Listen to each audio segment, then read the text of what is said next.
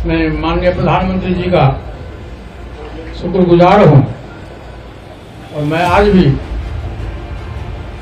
तो देश के नेता हैं, बड़े नेता हैं, लेकिन हमारी पार्टी के साथ और व्यक्तिगत रूप से हमारे साथ नाइंसाफी हुई। इसलिए मैं भारत सरकार के कैबिनेट मंत्री से मैं त्याग पत्र देता हूँ। नमस्कार, मैं हूं माही सिंह और आप देख रहे हैं नेक्स्ट 9 न्यूज। बिहार की राजनीति में फ्लोर टेस्ट के बाद एक बार फिर से उथल पुथल देखने को मिल रही है। जिस तरीके से पशुपति पारस अब पार्टी से नाराज चल रहे हैं और लगातार उनको पार्टी ने साइडलाइन कर दिया है और एक बार नहीं 2 बार। अब ऐसे में उन्होंने कहीं ना कहीं चिराग पासवान को एक अलग जगह और ज्यादा सीटें भी दी है। अब ऐसे में देखना होगा कि क्या पशुपति पारस तेजस्वी खेमे में जाते हुए नजर आते हैं या फिर बीजेपी के साथ ही कुछ समझौता करते हुए नजर आते हैं। आज उन्होंने एक प्रेस कॉन्फ्रेंस की और जिसमें उन्होंने अपनी भावनाओं को व्यक्त किया। पहले देखिए उन्होंने क्या कुछ कहा। कल एनडीए गठबंधन के द्वारा बिहार में 40 लोकसभा सीटों के लिए किस दल को कितना सीट मिलेगा इसकी घोषणा हो गई। मैंने आज से 5-6 दिन पहले प्रेस वार्ता में मैंने कहा था कि हम तब तक इंतजार करेंगे जब तक एनडीए का विधिवत घोषणा नहीं होता। कल विधिवत घोषणा हो गया। हम लोग 5 सांसद थे, हमारी पार्टी में 5 सांसद थे। मैंने बहुत ईमानदारी, बहुत लगन से, वफादारी से मैंने एनडीए की सेवा की। आज भी मैं माननीय प्रधानमंत्री जी का शुक्रगुजार हूँ और मैं आज भी तो देश के नेता हैं, बड़े नेता हैं, लेकिन हमारी पार्टी के साथ और व्यक्तिगत रूप से हमारे साथ नाइंसाफी हुई। इसलिए मैं भारत सरकार के कैबिनेट मंत्री से मैं त्याग पत्र देता हूँ। सर, क्या आरजेडी तो देखा आपने किस तरीके से पशुपति पारस सीट न मिलने से दुखी दिखाई दे रहे हैं। हमारे साथ सिराज जुड़े हैं, इनसे जानेंगे कि आखिर क्या वजह हो सकती है जी पशुपति पारस को साइडलाइन कर दिया गया।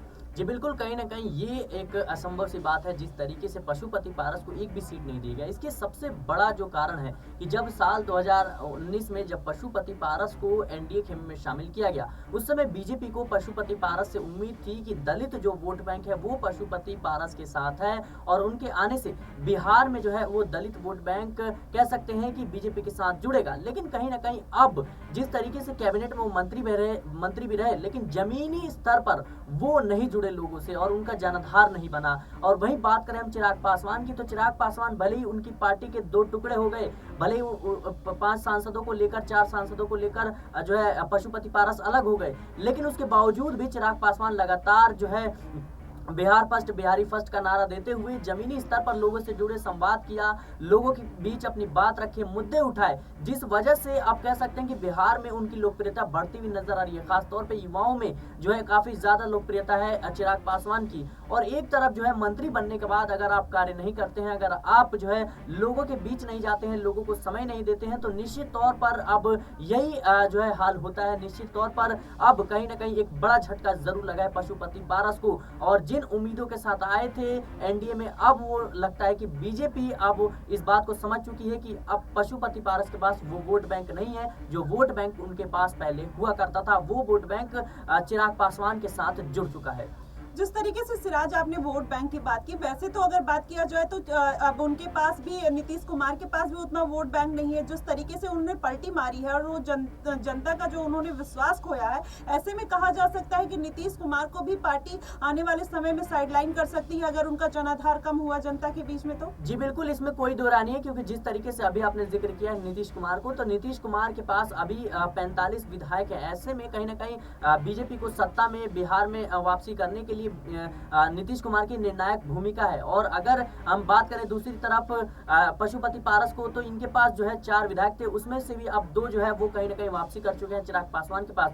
तो एक निर्णायक भूमिका इनके पास नहीं है। इनके जाने ना जाने से भी एनडीए खेमे को कोई नुकसान नहीं होता है, कुछ बड़ा नुकसान नहीं होता है। यही वो बड़ी वजह है। अगर नीतीश कुमार पलटी मारते हैं तो बीजेपी की सरकार गिर सकती है बिहार में। इसीलिए कहीं ना कहीं नीतीश कुमार को तवज्जो दी जा रही है। निश्चित तौर पर लोकसभा चुनाव के बाद जब अगला विधानसभा चुनाव होगा बिहार में, तो नीतीश कुमार को उतनी तवज्जो नहीं मिलेगी। जी बिल्कुल, इस बार ऐसा लग रहा है कि नीतीश कुमार को तवज्जो नहीं मिलेगी, लेकिन जिस तरीके से पशुपति पारस को झटका लगा है और चिराग पासवान को कहीं ना कहीं पार्टी में एक अलग जगह मिली है, आने वाले समय में देखना होगा कि क्या वाकई में चिराग पासवान ने जो अभी अपनी जगह बनाई है वो आने वाले मंत्रिमंडल का जब विस्तार होगा, जब वो चुनाव जीतेंगे, तो उसमें उनकी क्या अहम भूमिका दिखाई देगी, ये आने वाले समय में पता चलेगा। फिलहाल आपकी इस पे क्या राय बनती है कि पशुपति पारस को कोई अलग मंत्रिमंडल दिया जाएगा या फिर उनको कोई सीट दी जाएगी या फिर उनको गवर्नर बनाने का जो बीच में डिसीजन चल रहा था बीजेपी का, उस पर कुछ फोकस किया जाएगा, ये आने वाले समय में देखने वाली बात होगी।